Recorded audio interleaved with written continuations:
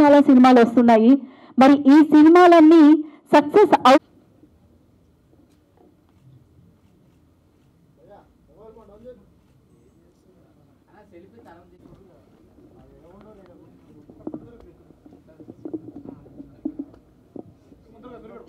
ఇక్కడికి వచ్చిన ప్రతి ఒక్కరికి నా ధన్యవాదాలు తెలియజేసుకుంటున్నాను.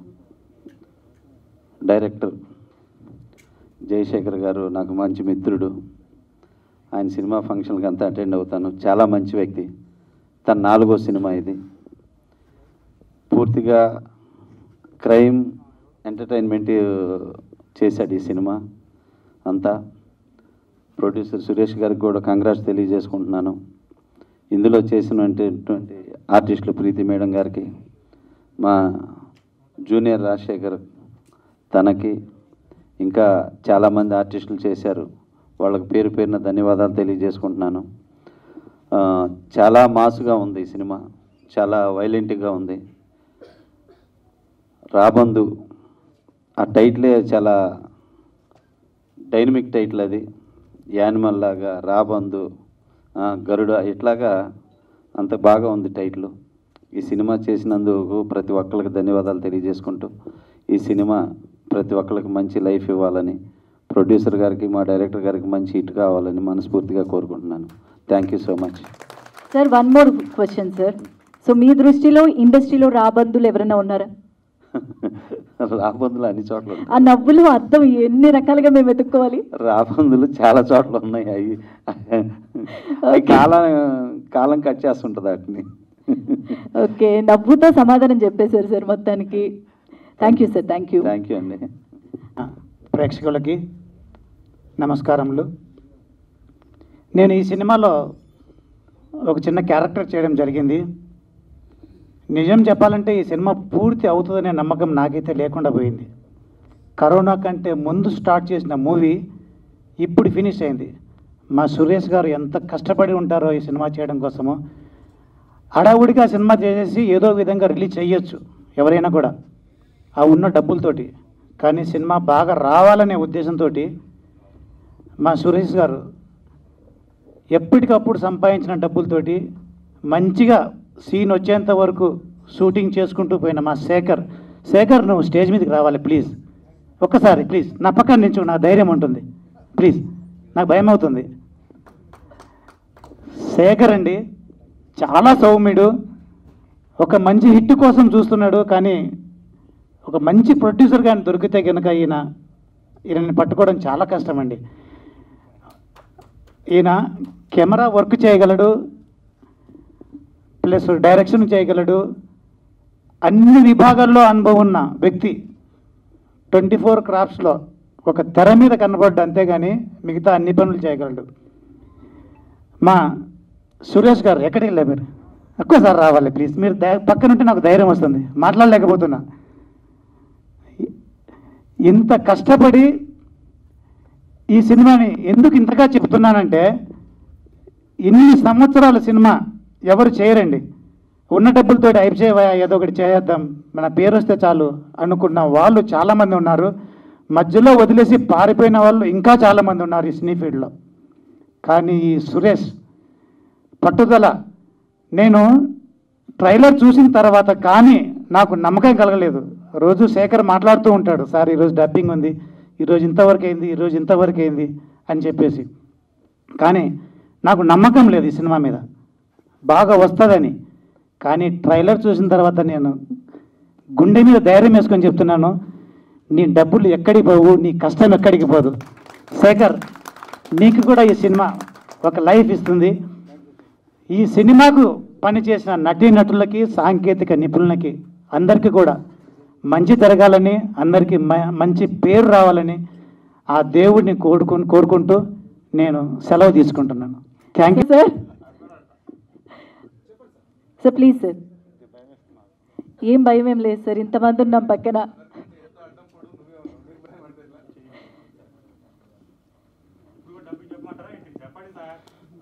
అందరికీ నమస్తే. మీడియా వాళ్ళకు ఇట్లా నమస్తే. మీడియా వాళ్ళకు అందరికీ నమస్కారం. ఈ సినిమా మేము ఫస్ట్ తీసేటప్పుడు సారు నేను కృష్ణానగర్లో వస్తేప్పుడు వీళ్ళు సినిమా తీస్తారా అని అన్నోళ్ళు చాలామంది ఉన్నారు. కొంతమంది అయితే ఈ సినిమా ఇట్లా కొద్దిగా వేరే రకంగా అన్నారు. నాకు మాట పెట్టిన మాట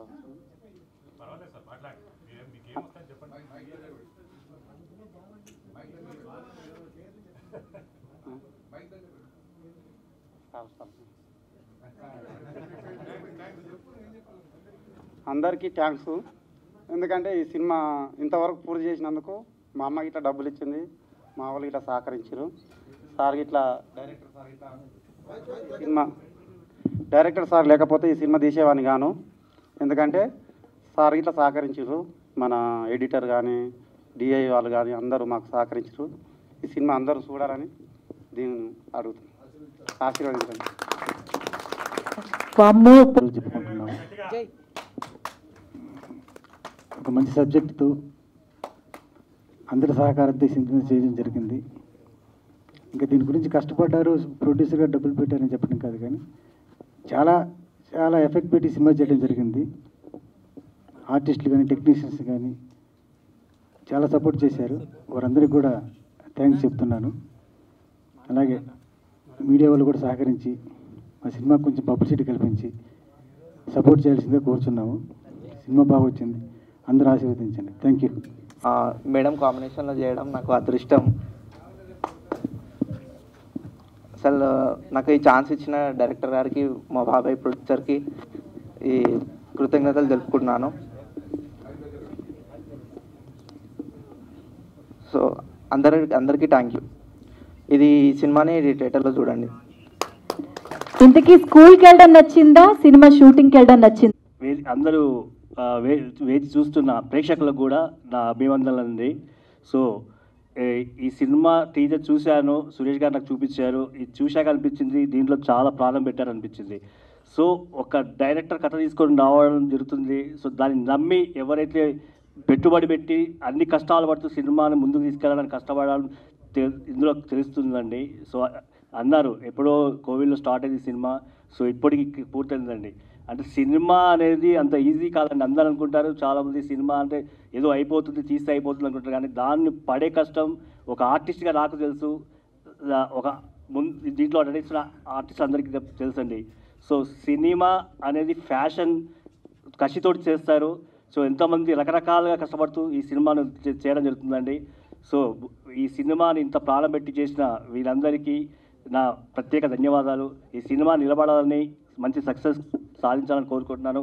అలాగే ప్రీతి మేడం గారు, నిగమ్ గారు నాకు ఎప్పటి నుంచో పాత పరిచయం అండి. సారు మంచి పరిచయం నాకు కూడా. బ్రదర్ గారికి నమస్తే అండి. సో ఇంకా చెప్పాలంటే ఏంటంటే, నా గురించి చెప్పాలంటే అంటే త్వరలో మీ ముందు అందరి ముందుకి ప్రేక్షక ముందు రాబోతున్నానండి సార్ జాంబీ అనే మూవీ ద్వారా.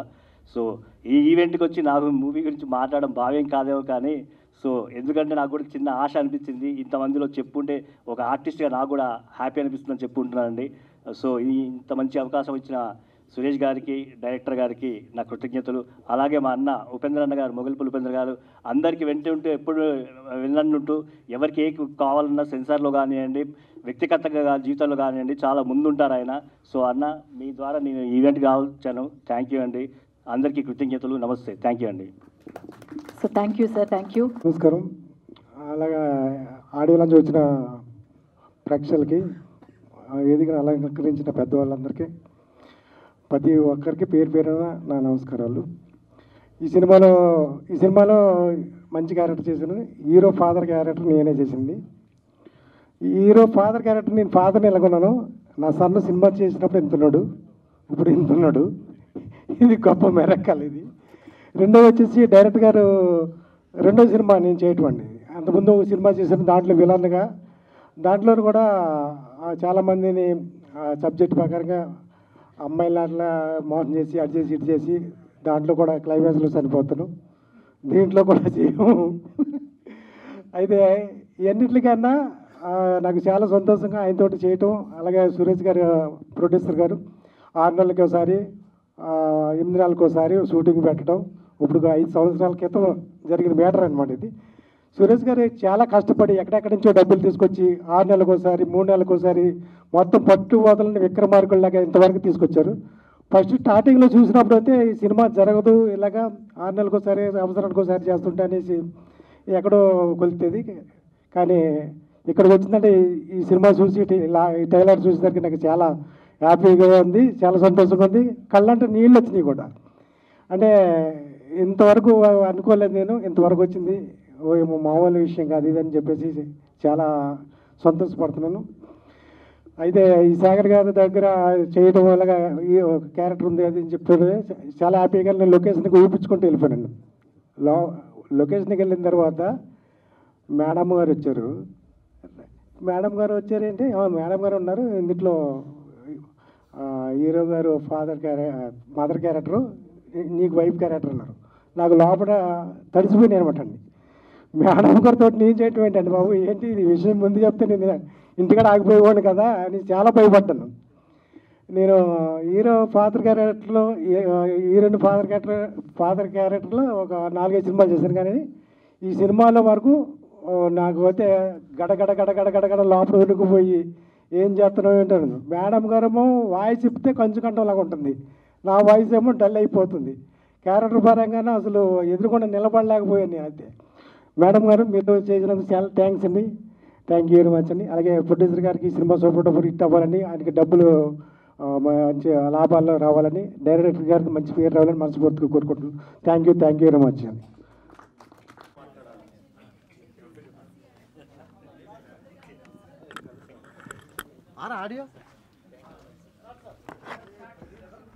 I wish all the very best to the producer and the director. అద్భుతమైన సినిమా అవ్వాలని మనస్ఫూర్తిగా కోరుకుంటున్నాను. ఇక్కడ చిన్న పెద్ద ఏమీ లేదు, సినిమానే ప్రీతి చెప్పినట్టు. రాబందు టైటిల్ కూడా చాలా క్యాచీగా ఉంది, అద్భుతంగా ఉంది. ఇది థియేటర్లోనే కాకుండా ఓటీటీలో కూడా సక్సెస్ అవ్వాలని మనస్ఫూర్తిగా కోరుకుంటున్నాను. Thank you very much, thanks a lot. Goose bumps వచ్చాయి నాకు. ఎస్, అంటే 24 క్రాఫ్ట్స్ వర్క్ చేస్తే, హార్డ్ వర్క్ చేస్తే ఒక బ్యూటిఫుల్ మూవీ ముందుకు వస్తుంది. ఏదైనా కూడా సినిమా ఎప్పుడు చాలాసార్లు వింటూ ఉంటాను, కొంచెం మనసుకు బాధగా అనిపిస్తుంది, మాది చిన్న సినిమా అండి. చిన్న సినిమా పెద్ద సినిమా అనేది ఆ పదం వాడడమే నాకు ఇష్టం ఉండదు. సినిమా అంతే. సినిమా అంటే సినిమాలో ఒక స్టోరీ కావాలి. స్టోరీ బాగుంటే డెఫినెట్గా ఫస్ట్ బేస్ అదే. సో ఇక్కడ డెఫినెట్గా ఒక స్ట్రాంగ్ స్టోరీ తీసుకోవడం జరిగింది.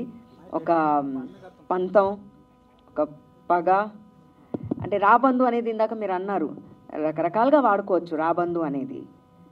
ఆ పక్షి బిహేవింగ్ గురించి మాట్లాడాలి అంటే ఒక పట్టుదలతో ఉండడం అంటారు కదా, అలా. సో ఆ పట్టుదలతో ఉన్న పక్షి, సో ఆ పట్టుదలే ఇక్కడ కూడా స్టోరీలో కనిపిస్తుంది మీకు డెఫినెట్గా. And I must really appreciate మా డైరెక్టర్ గారు, అఫ్కోర్స్ ప్రొడ్యూసర్ గారికి కాంగ్రాచులేషన్స్, ఎందుకంటే మంచి సినిమా తీశారు. అండ్ ఇలా ధైర్యం చేసి ముందుకు వచ్చే ప్రొడ్యూసర్స్ ని డెఫినెట్గా ఎంకరేజ్ చేయాలి అని నేను ప్రజల్ని కోరుకుంటున్నాను. ఎందుకంటే మనం ఎంత కష్టపడితే ₹1 సంపాదిస్తాము, ఆ డబ్బు తీసుకొచ్చేసి ఇక్కడ అంటే ఏదో లక్షలు కోట్లను సంపాదించుకోవడానికి కాదండి. ఈ సినిమా చూస్తే మీకే అర్థమవుతుంది, ఏదో సంపాదించేయడానికి కాదు. ఆయన ఒక ప్యాషన్తో వచ్చారు ఒక సినిమా తీయాలి అనేసి. సో ఎంత ఆయన కష్టార్జితాన్ని తీసుకొచ్చి ఇక్కడ సినిమా కోసం అని పెట్టడం అనేది ఒక చాలా ధైర్యం చేశారు అని చెప్పుకోవాలి. ఎందుకంటే ఇప్పుడు ఉన్న ట్రెండ్లో ఈ సినిమా నడుస్తోంది, ఈ సినిమా నడవట్లేదు, ఆ సినిమా ఫ్లాప్ అయింది, చాలా ఈజీగా చెప్పేస్తాం. ఒక సీన్ చూసినప్పుడు అబ్బా ఇదేంటి ఇలా ఉంది, ఇదేంటి వీళ్ళు ఇలా చేశారు, ఏం బాగాలేదు, చాలా బాగుంది, ఇవన్నీ చెప్తారు కదండి. దాని వెనకాల శ్రమ చాలా ఉంటుంది.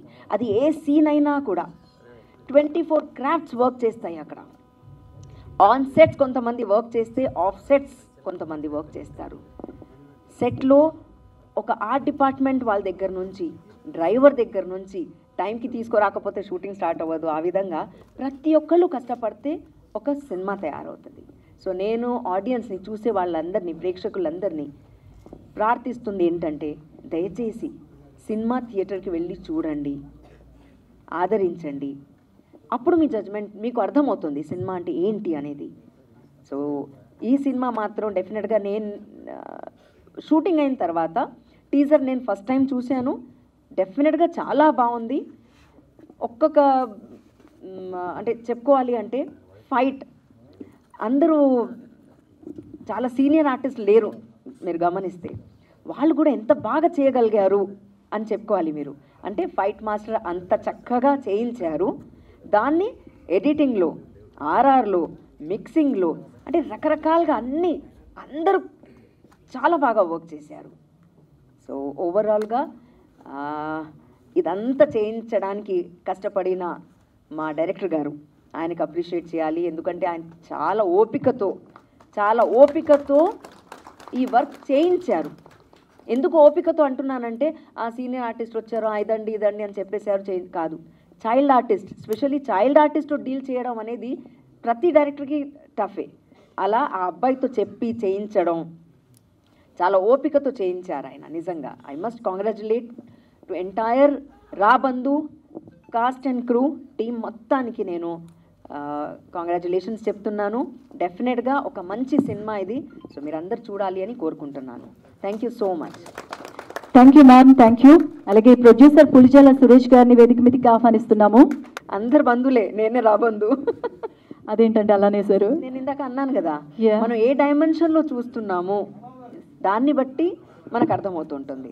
చాలాసార్లు మనం అనుకుంటాం బా ఏంటబ్బా విలన్ అనగానే నిజంగా అంటే నార్మల్ ఆడియన్స్ చూసేటప్పుడు నేను ప్రాక్టికల్గా ఫేస్ అయ్యాను కొన్నిసార్లు. బికాజ్ చాలాసార్లు ఆన్ స్క్రీన్ నేను విలన్గా కనిపించాను కాబట్టి. సో విలన్ అంటే కొంతమంది అమ్మ నిజంగా ఎంత కఠినంగా ఉంటారేమో వీళ్ళు అని అనుకుంటారు. మేము పుట్టక ముందు నుంచి ఉన్న ఆర్టిస్ట్ గురించి చెప్తాను. ఆ విధంగా సూర్యకాంతమ్మ గారు గురించి ఆవిడ పేరు కూడా కొన్నాళ్ళ వరకు పిల్లలకి పెట్టుకోలేదు అని విన్నాను. పిల్లలకి ఆ పేరు కూడా పెట్టుకోలేదట. కానీ ఆవిడ ఆన్ సెట్ కానీ ఆఫ్ సెట్ కానీ she was such a humble lady. చాలా మంచి బిహేవ్ చేసేవాళ్ళు, అంత మంచి నేచర్తో ఉన్న ఆవిడట. సో అలా మనం ఆన్ స్క్రీన్ ఒకలాగా చూస్తాము, కానీ యాక్చువల్గా ఏంటి అనేది సో రకరకాలుగా చూసే విధానాన్ని బట్టి మనకు కనిపిస్తూ ఉంటుంది.